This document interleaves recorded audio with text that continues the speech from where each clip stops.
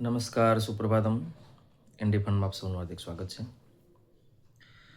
હમણાં એક જણો નોકરી લાગ્યો તો નોકરીના ઓર્ડરમાં લખ્યું હતું, વર્ક ઓર્ડરમાં, કે ક્વાર્ટર મળશે. એટલે આ એમ સમજો પીવાનું ક્વાર્ટર, વાસ્તવમાં રેસિડન્ટ ક્વાર્ટર પેલો જૂનો શબ્દ છે. તા તંદે લગીને તો સાદી સોડા ભેગી લઈ ગયો કે હમણાં ક્વાર્ટર આપે એટલે નાંગરી લઈ. બોલો, આમ ઊંડું ઉતરી ગયું મગજમાં. આ દવાખાને ગયો તો ડૉક્ટર કહે તમારી બીમારી સમજમાં નથી આવતી, કદાચ દારૂનું કારણે હોઈ શકે. દર્દી કે કાંઈ વાંધો નહીં, તમારે દારૂ ઉતરે ત્યારે આવું કહીજો, કે ઉતાવળ કાંઈ નથી. કી અરે તારે કાકા દારૂ પીવાની ટેવ હે એ કહું તો ઓલો બીજું સમજે. બોલો, હમણાં ઓલો અક્ષય ખન્નાનું પિક્ચર બહુ હાલી ગયું ધુરંધર.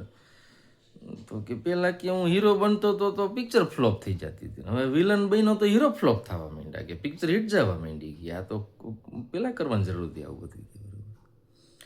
આપણે લગ્ન પ્રસંગમાં કે બીજી કે જમણવારમાં જઈને તો સિસ્ટમ કેવી હોય, બીજા દેશમાં હોય ને તો કે આમંત્રણ 200 જણાને આપ્યું હોય, આવે 170ની આસપાસ જણા આવે, 160 જેવી ગિફ્ટ આવે.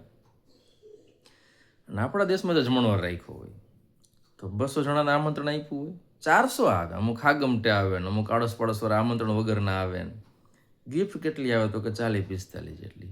અને ખોવાતી વસ્તુ તો કે 70 થાળી, પછી ગિફ્ટ કોક ઉપાડી જાય બીજે દેવા, 10 ખુરશી, લિસ્ટ બનાવવાનું, ચમચિત ગણાય જ નહીં. હમણાં ઇન્ડિગોનું બધું બહુ હાલે છે તો અમુક લોકો કલ્પના કરે કે હવે જીઓ એરલાઇન્સ ચાલુ થાય તો સારું. કહે એમાં શું બધી સ્કીમ સારી, કે મોબાઈલમાં કેમ ઓલું કરતા હતા તો કે ફ્રી ફ્લાઇટ 6 મહિના માટે, અનલિમિટેડ બેગેજ ને નાસ્તો ફ્રી ને આઈપીએલ હોતા અંદરથી પડદા ઉપર બતાવવાની ને ફ્લાઇટ ડીલે થાય તો 100 GB ડેટા વધારાનો ને કેન્સલેશન ફી 0 ને આપણે એવી જીઓ એરલાઇન્સ ચાલુ કરાવો. હમણાં કંઈક ઓલો પરિપત્ર આવ્યો હતો, તલાટીને કૂતરા ગણવા મોકલે અલગ અલગ તાલુકામાં. કે તો એક વાર અપલખનો વિશે મારે જેવું એને તલાટીને પત્ર લખ્યો કે ફલાણા તલાટી સાહેબ શ્રી, હું આપણી મોરબીની ફલાણી સોસાયટીમાં રહું છું અને અમારી સોસાયટીને ખૂણે કે બહુ કૂતરા ભેગા થાય છે કે, અને હું મારા ઘરમાં કીએ ટ્યુશન ક્લાસ હાકું છું તો ટ્યુશનમાં જે છોકરા પાસે જતા હોય કૂતરા વાહે દોડે છે, મારા ટ્યુશનમાં સંખ્યા ઘટી ગઈ, એક શ્રેણીઓ પડી ગયું, એક સોલ્યુશન કરો. તમે તલાટી હો ને તમારી જવાબદારી આવે.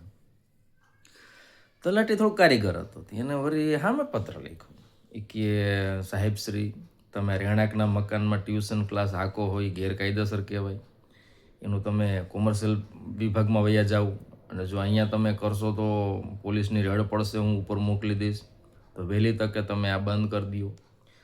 તમે ક્લાસ બંધ કરો એટલે કૂતરા વાહે નહીં દોડે, છોકરા આવશે નહીં. તલાટી ઘણી બધી પરીક્ષાથી ને દઈને આવ્યો હોય, કંઈ જેવો તેવો ન હોય તો પ્રશ્ન સોલ્વ કે બરાબર. કે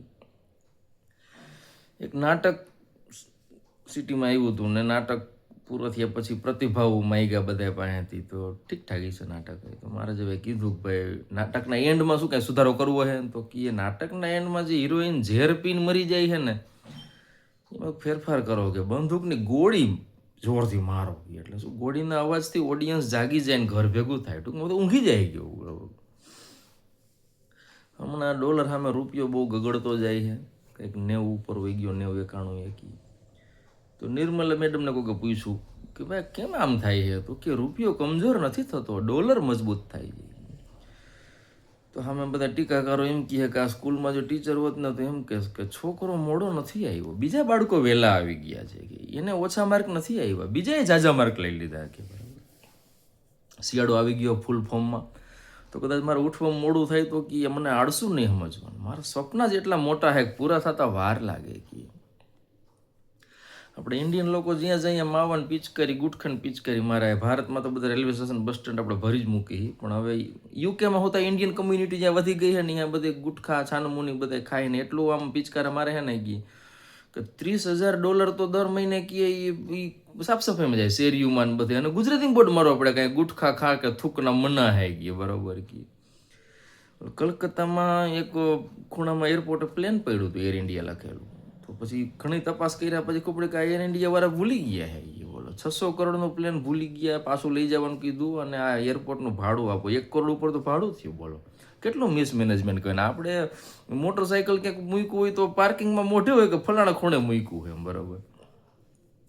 હમણાં પુતિન આવ્યા તો શશી થરૂરને હોતા લઈ ગયા જમણવારમાં, અને બધા એને મળાવે કે મિસ્ટર થરૂર કે હી ઇઝ અવર ઓપોઝિશન્સ ઓપોઝિશન, ટૂંકમાં વિરોધ પક્ષનો વિરોધી, અમે એના પક્ષમાં હે ગયા, બરોબર.